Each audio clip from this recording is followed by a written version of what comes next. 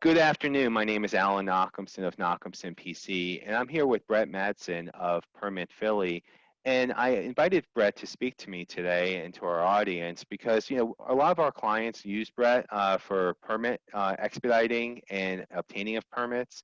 And, I thought that, this is actually a part of the process that is really essential if you're either doing business in the city of Philadelphia as a business owner, or if you're a developer, or if you're a landlord.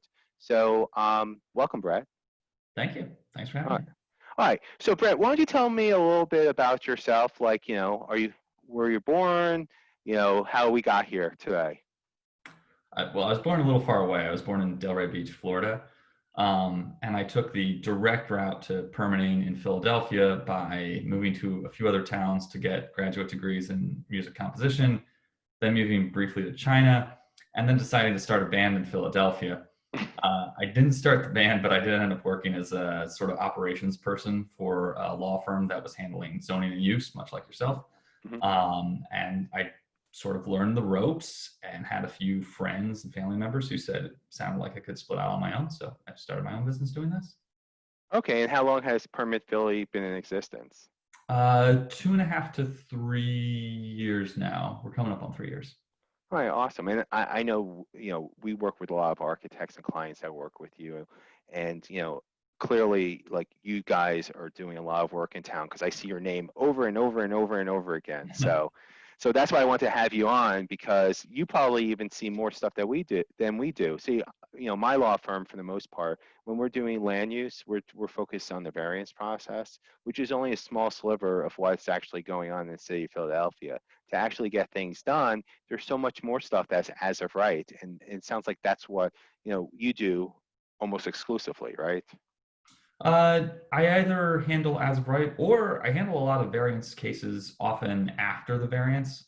So as you know, I'll get to a certain point where either the client, for me, will have an attorney who handles the variance, or I'll offer it up to another attorney I know, like yourself, to take on the variance part of the case. So I end up working on the other sides of the variance process as well.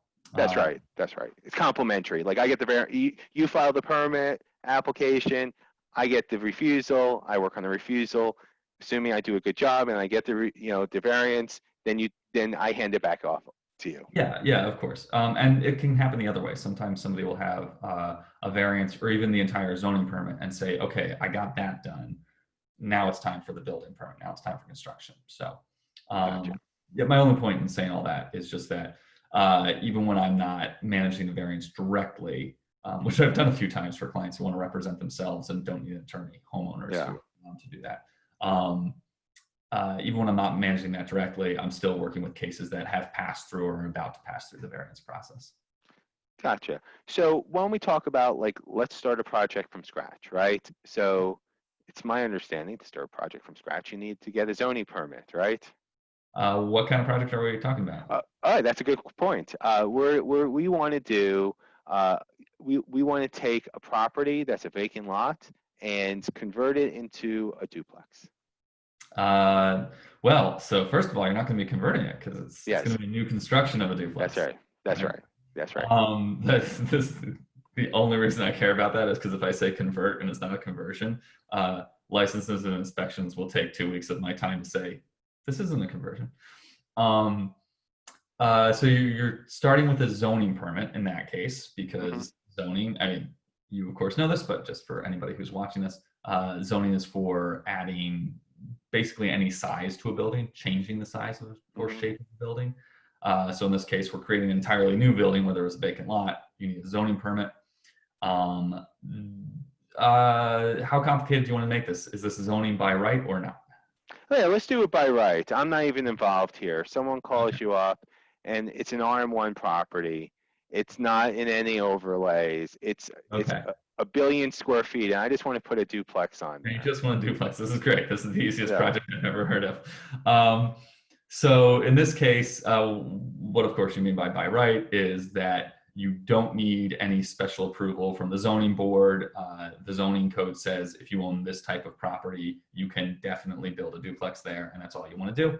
So you get a zoning permit to build it. you're going to need to get a surveyor out there first, because you're going to need, unless your architecture firm does a survey in-house, but you're going to need a plot plan, often called interchangeably a site plan, for the architects. I'm sure there are some minor technical differences, but for permitting purposes, essentially an overhead view of the lot showing what you're going to put there, then an elevation, a side view, a cross section showing how tall it's going to be and how the floors are going to stack up. And that will be enough to get you your zoning permit. After that, you're going to have to dig in the ground, which means that you need approval from the water department. You also need approval from the streets department. You need to get a serial number from the state of PA to do that dig. So you need to have all these reviews and plans put together. For the water department, you need a survey that's specifically showing utility connections, like for your sewer, for your water supply, and you need to get that approved. So you go through all these reviews, and then you go back to licenses and inspections with this much more detailed set of plans. And then they review it. If they have any questions, they come back and forth with you for a little bit, and then you finally get your permit. Gotcha. And is that just for zoning or building? Oh, sorry, I was moving into the building section. Yeah, no, I thought so. For zoning, you don't need all these other departments to review it in most cases. Typically it's simpler.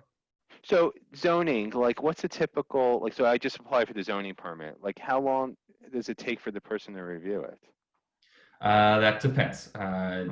So they've since the shutdown on March 16th, they've changed at licenses and inspections their review times. For a minute there weren't as many permits going through, so review times were as quick as 2 weeks. It started to slow down again as they've been stretched. They're a little thin. They're getting a lot of permit applications right now. So they've reinstituted their accelerated program. So now there are 2 tracks. You can pay for a faster review of 2 weeks for most projects, or you can pay a much smaller fee for a typical review, which can be as long as a month. Although it's usually a little bit less than that. For a project this size, you're probably getting a review in about 3 weeks.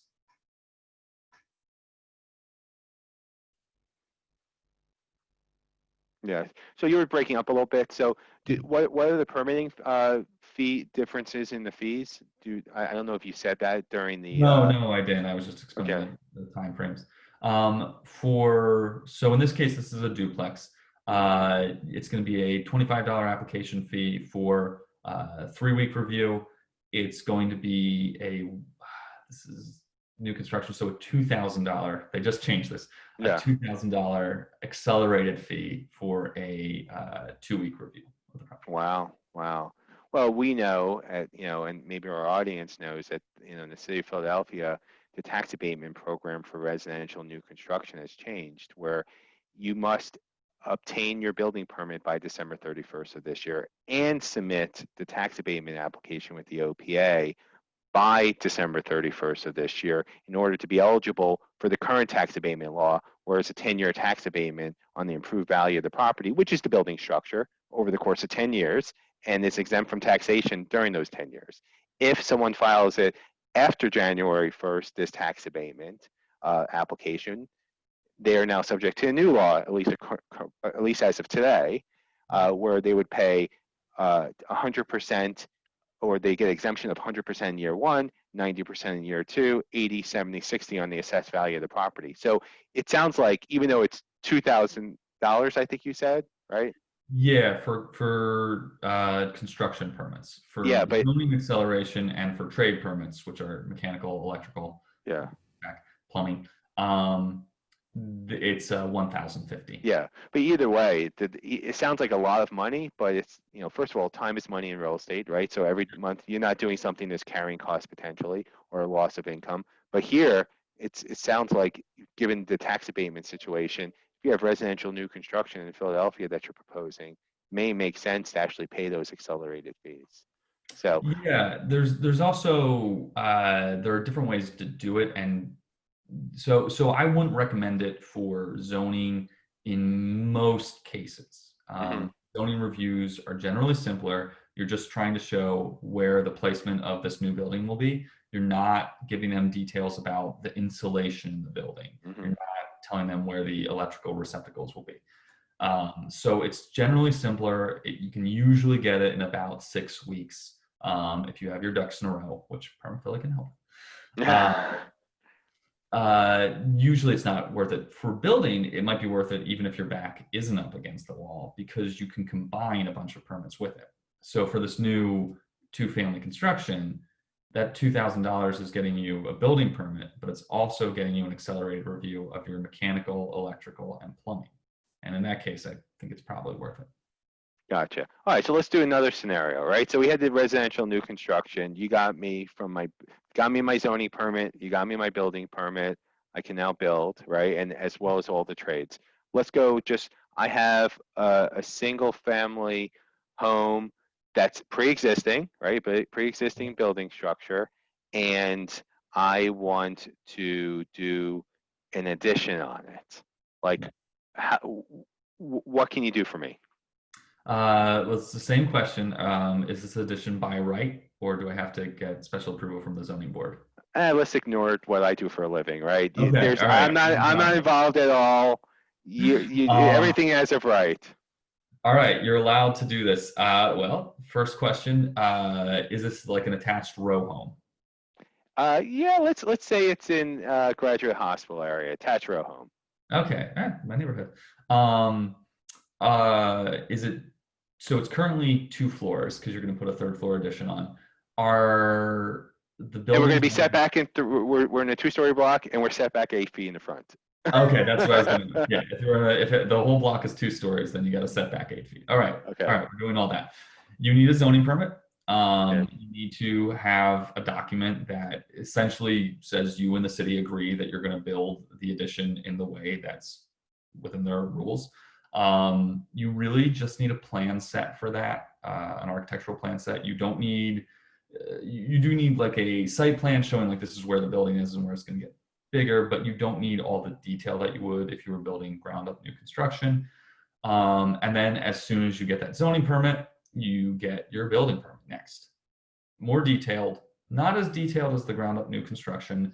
We don't, in this case, need water review because the connections from the sewer mains are already there in the house. We don't need streets review probably because the addition is going to be set far back, so you're not having anything hang over into the sidewalk, into the public right of way.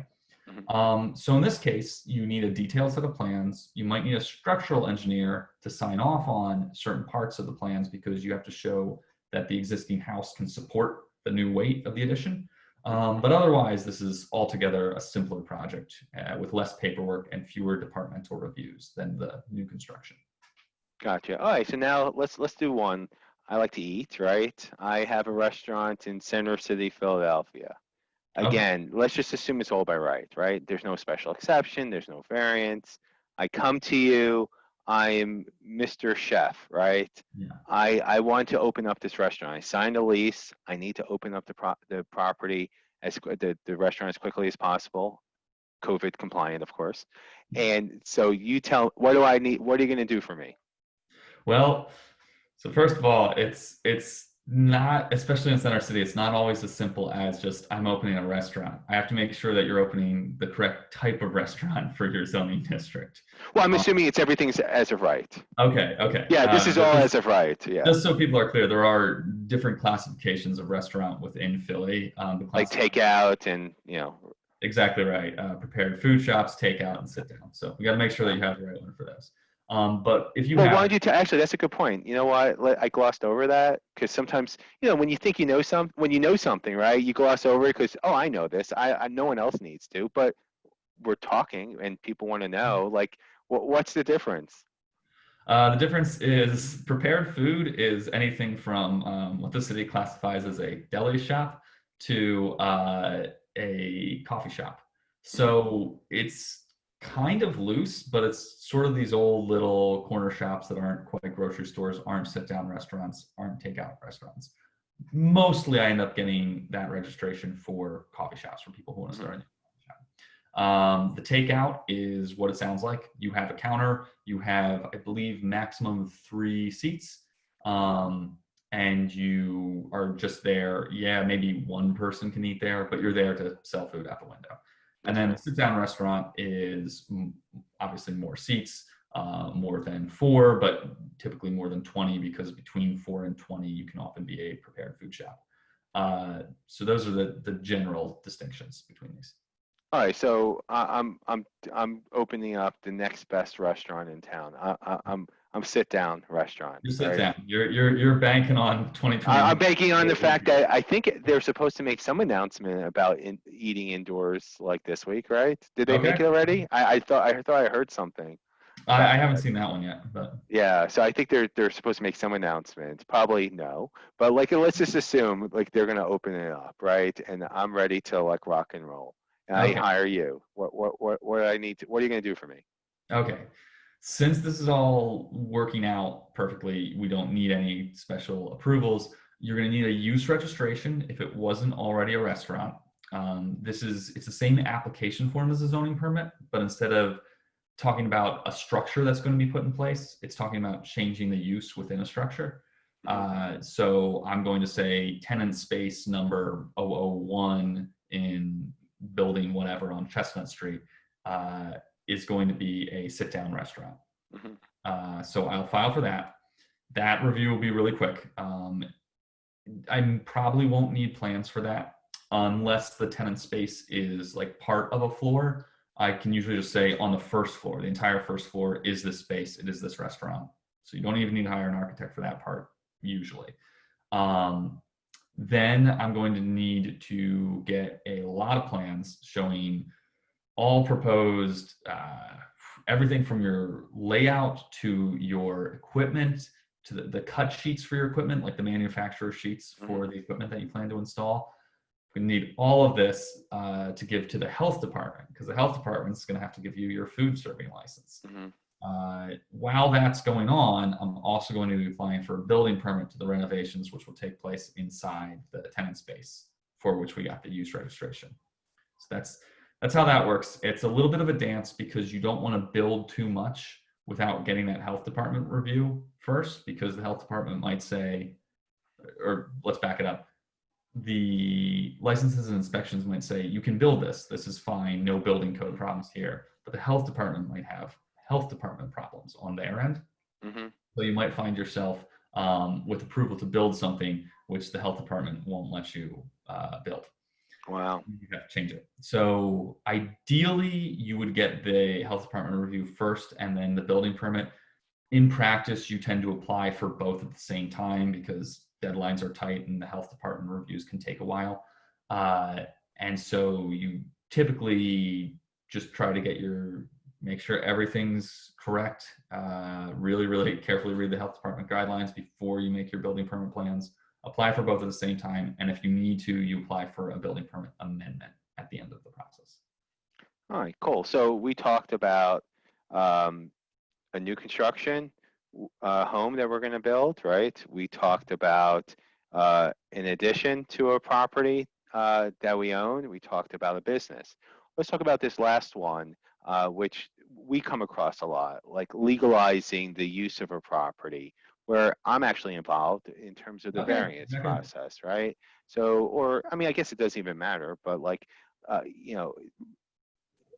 say there was a property that at one point was CMX1 and now it's RM1, right? And it's never been used as a duplex, right? And I want to make sure that I can legally use it, get my housing inspection licenses, get my certificate of rental suitability for my tenants, right? What do I need in order to legalize a property, a pre-existing property, no changes in the structure, but I just want to make this into a legal 2-unit building, and it's as of right. Let's just call it as of right. I think it's the same thing as variance. So Okay. As of yes, right, yeah, you're changing, and you're going from, was it single family before yeah. into? Just say it was a single family, and now it's yeah. I was saying CMX1, but like that's even easier. Say this was at one point was a single family, but it's RM1. I've seen that a lot too. Just because you're RM1, where you can have multifamily, doesn't mean that the building structure itself, because the city misclassifies so much, in terms of zoning classifications. Say it was a single family. I bought this property. I'm like, wow, I can put 2 units in here as of right. Yeah. How do I get to the point where I'm legal? Yeah. So you might already have your zoning permit for this, right? We talked about that. In this case, it's just going to be a use registration like for the restaurant, where you're Yeah. saying within this existing building, we're going to Hmm. have 2 units instead of what we had previously. Um, you need to make sure that, well, first, if there's any renovation happening, you need a building permit. But even if there's not any renovation, you need a certificate of occupancy. And this is something Okay. that trips up a lot of people. You need to get a floor plan that shows that both units can get in and out of the house safely, that there's the proper number of exits, that there's the correct separation between the units.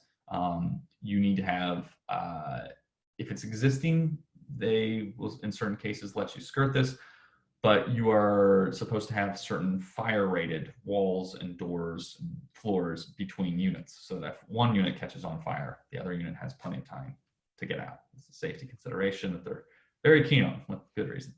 And that's what the CO does. It's even if there are no changes, no renovations, and the whole thing's by right, if you're changing the use, they need to have an inspector go through there and verify that the use is safe. And they're going to need you to create a floor plan set with all the information about the 2 units for their review before they send out the inspector. Gotcha. All right. You know what? How about one more? I was thinking about because we Okay. have. Thinking about myself. I'm thinking about putting a deck on my roof. Do you Okay. do so? Like, do you know what permits, if any, do I need? You need a zoning permit. You're changing the shape of the structure. Yeah. So you need a zoning permit for that. And then you need the building permit. So it's Um, the same thing.